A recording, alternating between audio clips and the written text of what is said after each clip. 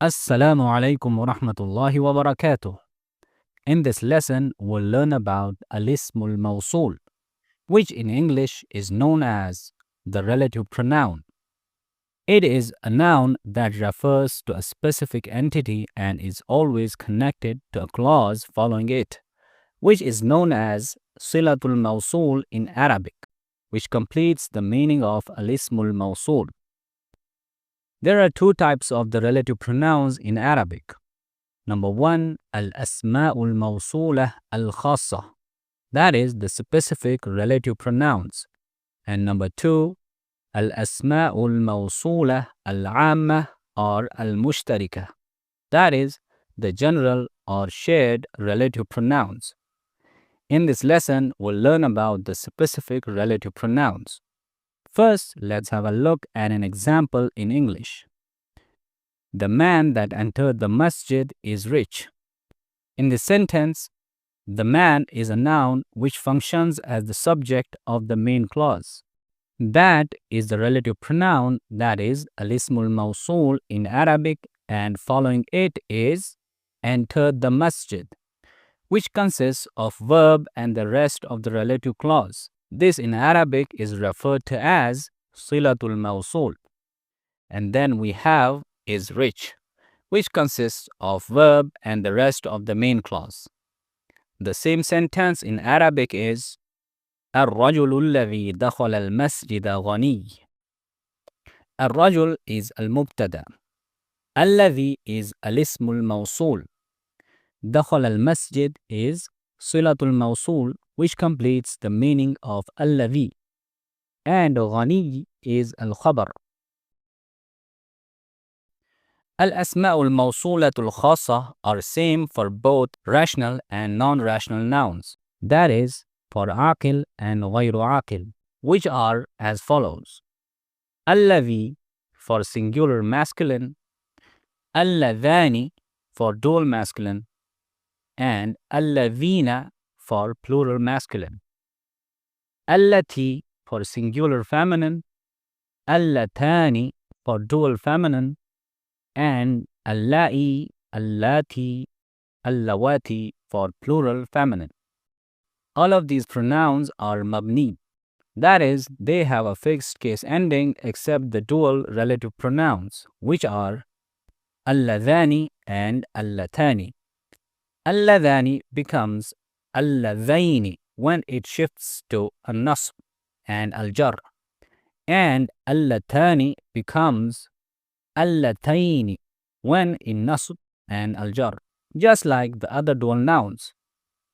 Now let's have a look at some examples to understand some more points regarding الاسم الموصول. الرجل الذي خرج من المسجد إمام المسجد. الرجل is المبتدأ. الذي is الاسم الموصول. It functions as a na'at for the noun الرجل, as it provides its description. Since الرجل is marfu', so الذي being a na'at must be marfu' too. Since it is mabni, so we say it is في محل رفع, in the place of the nominative case. خرج is فعل and فاعل. Where is فاعل? It is ضمير مستتر تقديره هو. يعني it is a hidden pronoun estimated to be هو. So خرج is صلة الموصول لا محل لها من الإعراب. يعني it has no place in إعراب. Then we have من المسجد, which is جار ومجرور, which is an adjunct of خرج. إمام is الخبر, it is مضاف, and المسجد is مضاف إليه. If we say الرجل إمام المسجد, we have الرجل as المبتدأ and إمام المسجد as الخبر. It means the man is imam of the masjid. And when I say الرجل الذي خرج من المسجد إمام المسجد, I provided a description of الرجل using the relative pronoun الذي. So its meaning is the man who exited the masjid is the imam of the masjid. Here in this example, we see al-jumlatul fi'liyah as silatul mawsul. Now let's have a look at the following examples. قرأت الكتاب الذي على المكتب. Here, الذي is a na'at for the noun al-kitab, which is mansub. So, for الذي we say it is في محل نصب. يعني it is in the place of النصب. Then we have على المكتب, which is صلة الموصول, and it is شبه الجملة, which is جار ومجرور. So, the translation of this sentence is, I read the book that is on the desk. Next example. السيارة التي تحت الشجرة لمحمد. Here, التي, which is feminine relative pronoun, functions as a na'at for السيارة, which is feminine. It is في محل رفع because السيارة is مرفوع. Then we have تحت الشجرة, which is صلة الموصول. It is شبه الجملة الظرفية, يعني an adverbial phrase. This sentence means the car that is under the tree belongs to Muhammad. Next example. أخذت سيارة الذي هو قائم تحت الشجرة. This example is different from the examples above. Here, سيارة is مضاف, indicated by single حركة. It is مفعول به as well. That's why it is منصوب. Then we have الذي, which is مضاف إليه. So it is في محل جر. يعني it is in the place of the genitive case. سيارة الذي means the car of the one.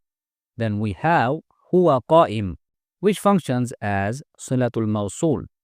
It is الجملة الاسمية, which means he is standing. So the translation of the sentence is, I took the car of the one who is standing under the tree. Now let's have a look at some more examples from the Quran. اقرأ باسم ربك الذي خلق.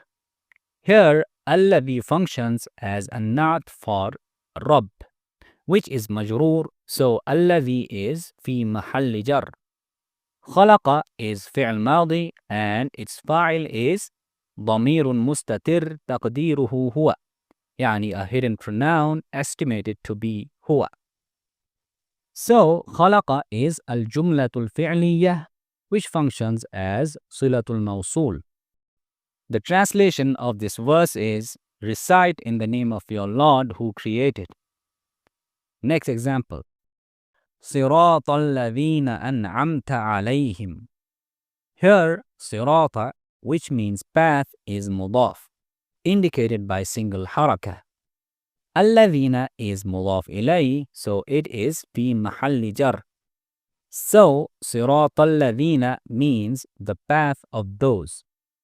Then we have أنعمت, which is فعل ماضي with تا as الفاعل, and it is a verbal sentence functioning as صلة الموصول.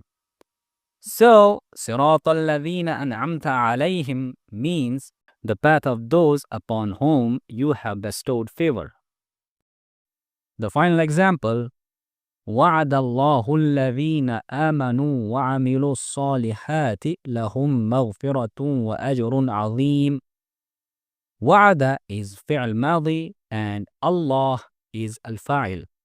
So, وعد الله means Allah promised. Promised to who? الذين, those, which will be mentioned in صلة الموصول. So here, الذين is مفعول به, يعني the direct object. So we say it is في محل نصب. And آمنوا is فعل ماضي, and واو attached to it is الفاعل. So آمنوا functions as صلة الموصول.